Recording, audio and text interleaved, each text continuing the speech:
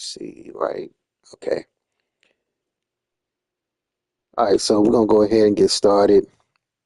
Um, we'll get started. Hi everyone, Scott Hansen with you, and this is the EA Sports Weekly Recap. Plenty of action to get to. We'll begin out in Las Vegas. The Raiders at home to take on the LA Chargers. And this is Omarion Hampton. He's going to pull this one in, and then he sets his sights towards the end zone. It's going to wind up as a 53-yard touchdown in New Orleans. We'll check in on the Saints as they play host to the Tampa Bay Buccaneers.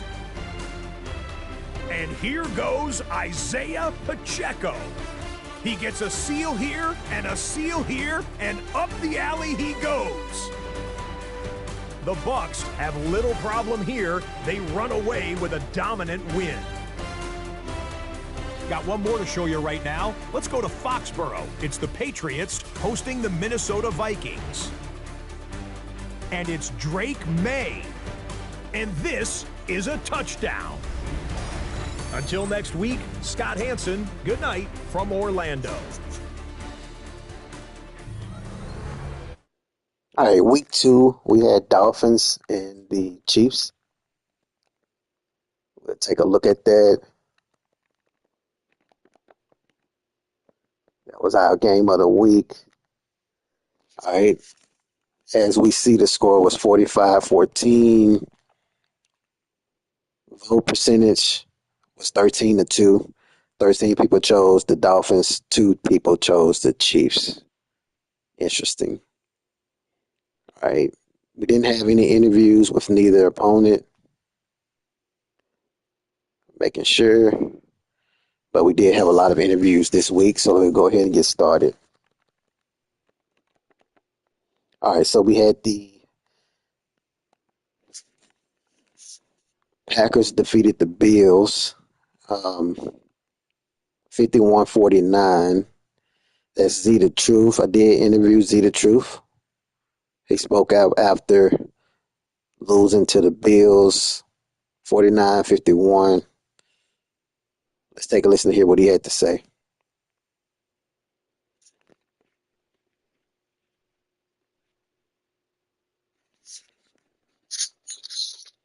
Oh yeah, Stephen A. Smith. Yeah, it was a tough loss. We had a couple training issues, and we'll be straight in the next couple of weeks. Hopefully, we won't lose any more games till I can get that straight. But we came out there. Of course, defense, nothing. It wasn't there. Started off kind of rocky. They switched all bad.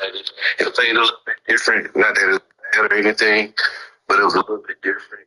I had to adjust to it, but by the time I adjusted to it, I was pretty much playing catch up the rest of the game, trying to play the game. And, I came back a couple of times and then slipped up a couple of times. Finally came back, but I just couldn't hold them off. We got to do something about defense. We didn't get any pressure on. I don't think we got any sacks. Our DBs and linebackers. We got to cover somebody. I got to go. Unfortunately, his voice chat is not clear. I didn't recognize that until now. But basically what he was saying is, it was a high-scoring game, back and forth. His defense couldn't find a way to stop the Bills' offense. Josh Jacobs, 178. James Cook, 112. Wide receivers, Dalton Kincaid definitely was a beast. 12 receptions, 197, 4 TDs. Just a lot of offense. I'm unsure what happened with the Bills owner. But I think I did actually reach out to him for an interview. But I don't think he's no longer here with us. So if that's the case, then there's no need to play his interview. Let me see. Let me make sure. Cleveland Browns and the Ravens. The Ravens got back in the win column, 52-38. Turnover battle was 3-2. Lamar Jackson, 5 TDs, 1 interception. Trevor Lawrence, new addition to the Browns offense. Last week, Amfish spoke about how high or excited he were to receive Trevor Lawrence, and he pretty much thanked the Jaguars. This game, I'm sure he was caught off guard. 3 interceptions coming from Trevor Lawrence. They did run the ball well, but they couldn't do anything as far as with Trevor Lawrence. I'm very surprised, and I'm sure he was as well after being so highly excited about Trevor Lawrence last week. So let's take a listen to hear what actually happened.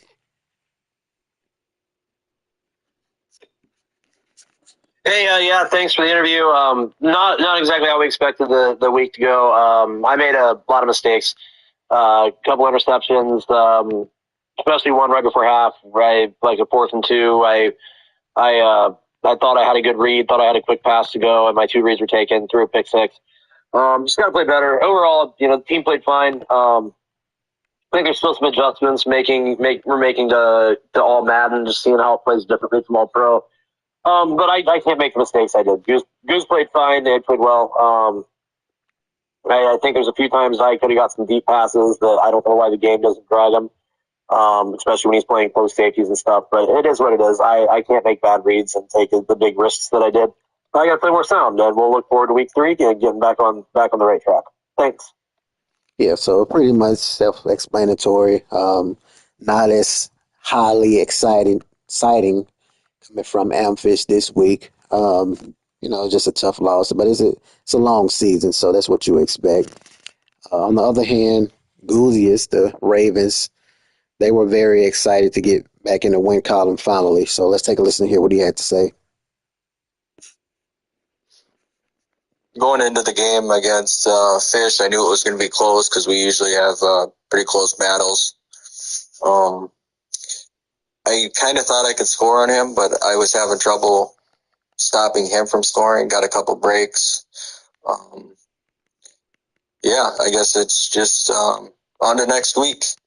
One win isn't going to get me anything, so it's nice to be 1-0 in the division, though, because I know that's going to be a pretty tight race again if everybody shows up and plays all their games. So it's always nice to have a game up on the Browns already. So see what happens next week.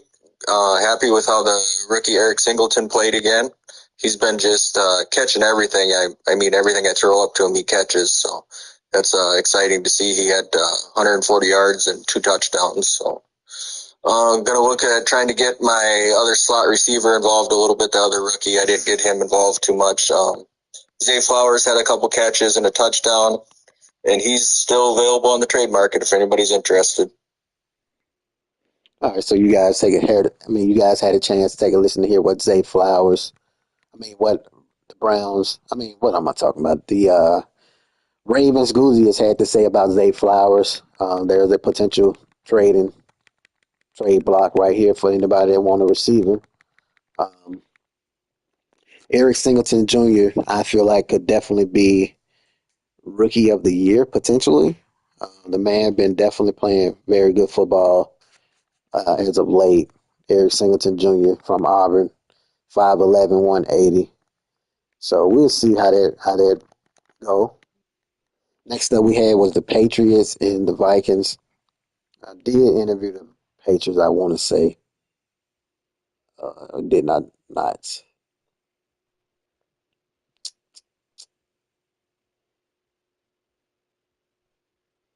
Okay, so I didn't interview the Patriots, but they won 27-7. Turnover battle was 0-0. Drake May 184, 1 TD. JJ McCarthy 120, 1 TD. Nobody really ran the ball well. Wide receivers, Malachi Fields, rookie wide receiver, 6'6", 6'4", 220. He had 6 receptions, 64 yards, no TDs. Todd Felton, 52 yards, 1 TD. Not a lot of offensive weapons not a lot of offensive play in this football game, but it was definitely a good solid win for the Patriots. Next up we had was the Colts defeat the Commanders 45-16. I did interview Absolution. I think. Let me make sure. Actually, we didn't. But he won 45-16. Turnover battle was 0-1. Anthony Richardson, he had 189, 3 TDs. Jaden Daniels, 237, 1 TD, 1 interception. Jonathan Taylor was on the trading block. I'm unsure if he's still on the trading block or not, but he continually dominate week after week. Jaheim White is someone the coach really want to push out there. He really want this rookie to get all the carries. That's why he have Jonathan Taylor on the block. Wide receivers, A.J. Brown, 7 receptions, 52 yards. Elijah Moore, 7 receptions, 72 yards. Josh Down, 3 TDs. So we see that there's a lot of weapons for the Colts once again this year. They also was able to force a turnover with Cameron Bynum. So that's something you always want to see. Next up we had was the Eagles and the Steelers. Didn't interview neither one of these guys. Eagles won again, 31-24. Lenore Sellers definitely been playing great football. 2 TDs, 1 interception. Rookie from South Carolina. Will Howard played good, 3 TDs, 357. He had the better performance of the two. Lenore Sellers was 7 yards away from equipping the 100 yards. Jeremiah Love, 57 yards. The Eagles got a very, very good football team. DK Metcalf, 7 receptions, 137, 1 TD. Also had exchanged some interceptions in this game. Jalen Ramsey and Quinion Mitchell. So it was a very good game, and the Eagles was able to win as they go 2-0. Next up we had was the Bears and the Falcons. There was some lag in this game right here coming from the Falcons. So they didn't get a chance to really compete the way they wanted to compete. I did interview the Falcons, and he spoke about the lag, and I also spoke to the Bears. So here's the Falcons. So I'll explain what happened. First off, OJ's a little bitch. I said it. Was excited to play this game, and he fucking hacked my internet. Clear as day. You know, with a last name like Gonzalez, you would not think he'd be working with the Chinese Communist Party, but here we are, and we're on his ass. All right, so you guys had a chance to hear the Falcons calling out OJ, the Bears. Wow, let's see what the Bears had to say. Let's see if they spoke about the lag, or if they pretty much felt good about the win. Stephen A., what is up, my man? I'm back again, better than ever. You know, all I'm going to say is a win is a win is a win. And the Falcons, they were dealing with some extenuating circumstances. But you know what? That still doesn't change the fact that we won. Had I been dealing with extenuating circumstances, I would have expected that he would win and vice versa. So, you know, I'm happy. The defense is playing with their asses on fire. The speed that we have at every position is unmatched. And this defense, though we may not hold every team to 3 points, I am beyond proud of this defense, and I do have expectations that are pretty high for this defense. Whether it's our front seven, whether it's our back end, I have expectations. And this team is meeting these expectations thus far. Special teams, I am upset with Cairo Santos calling him out in public, in front of the media. If he misses another field goal, this man is cut. Torrey Taylor, he hasn't been used a whole bunch, so I can't say that I'm happy or not happy with him. Blake Horvath, again, he may or may not win Rookie of the Year, but he will absolutely be in there. Everybody that's watching him, everybody that sees him is seeing that this dude is dominant. This dude's change of direction. He's shifty. He's quick. He's fast. He's trucking people. He's doing what we expect him to do out of Navy. Wide receivers are doing wide receiver things. Caleb Williams isn't beating us. He's just playing. He's taking what the defense is giving him, and that's that. So in Chicago, we're happy. Just keep the ball rolling. So we heard the Bears speak out about the win against the Falcons. And as you guys can hear, they pretty much understand, or they are aware that the connection may had some issues, but as they say, unfortunately, a win is a win. Moving forward, we had the Cowboys defeat the Seattle Seahawks 48-21. Turnover battle was 4-3, not the type of ratio that you expect to see, and you still win if you're the Cowboys. But they were able to win pretty big, 48-21. Cowboys decided to play their rookies a lot more this game. They played a lot last game. They really didn't do much. Their rookies didn't. And this is what you want to see as far as from their rookies, especially after their head coach, Massive, made a statement about having the best rookie class as far as this past year. And they felt like they were snubbed. So if you're going to feel that way, you got to be able to have something to show for. Sam Darnold, Jalen Milroe, neither quarterback did well. Dak Prescott really didn't do too much neither. 2 interceptions, 64 pass completion percentage, 313, 4 TDs. I mean, you could say, that's something you can argue with, but they turned the ball over a lot. Jaden Blue had 152. Damon Claiborne, rookie running back, had 146 improved. So we will see if that trend continues. Evan Stewart, 7 receptions, 127, 1 TD. CeeDee Lamb, 3 receptions, 191 TD. So you definitely see the rookies play good for the Cowboys this week.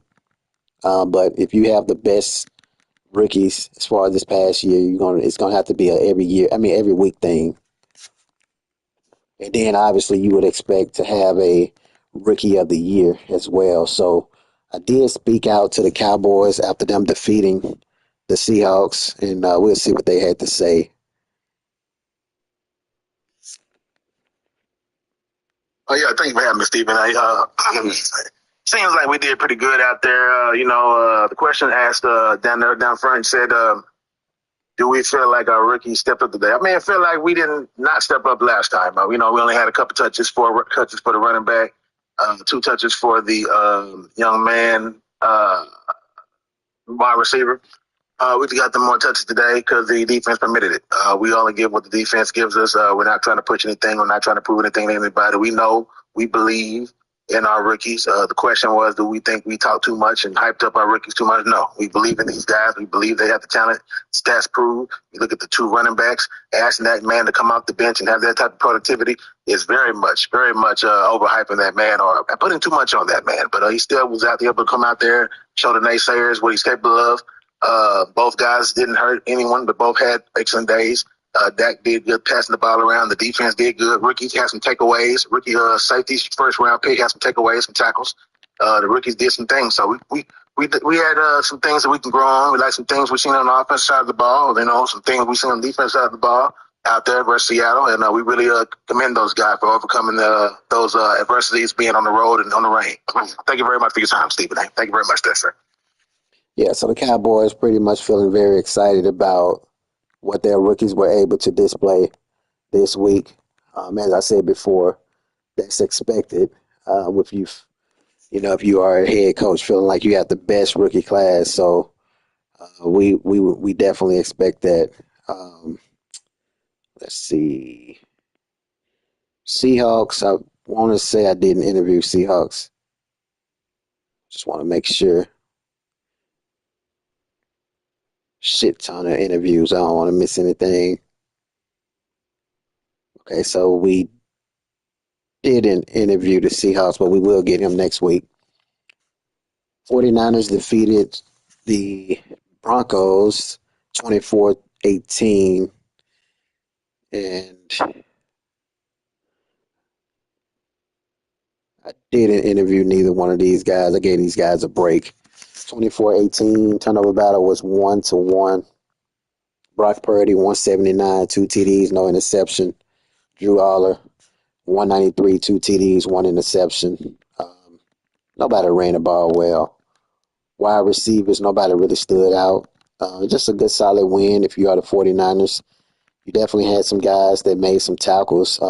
Fred Warner, veteran, had 10 plus tackles. Dre Greenlaw had 7 solo and 10 tackles, 3 tackles for a loss. We had 1 sack, Nick Bosa. 1 interception came from Nick Martin.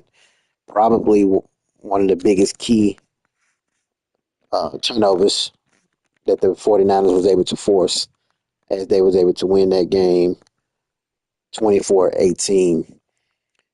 Next up we had was the Chargers and the Raiders. I did interview the both of these guys, I want to say. I did interview both guys. Chargers won 41-19. I'm very surprised. I felt like the Raiders was back. Turnovers was 3-1. Justin Herbert, 263, 2 TDs, 1 interception. Bo Nix, new acquired quarterback from the Raiders, were able to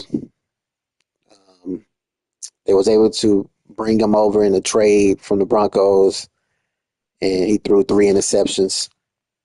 Ashton Jeanty, nobody really ran well. I did interview both guys so we can kind of get an idea of what happened in this game. As I said before, I was very surprised the Raiders lost this one.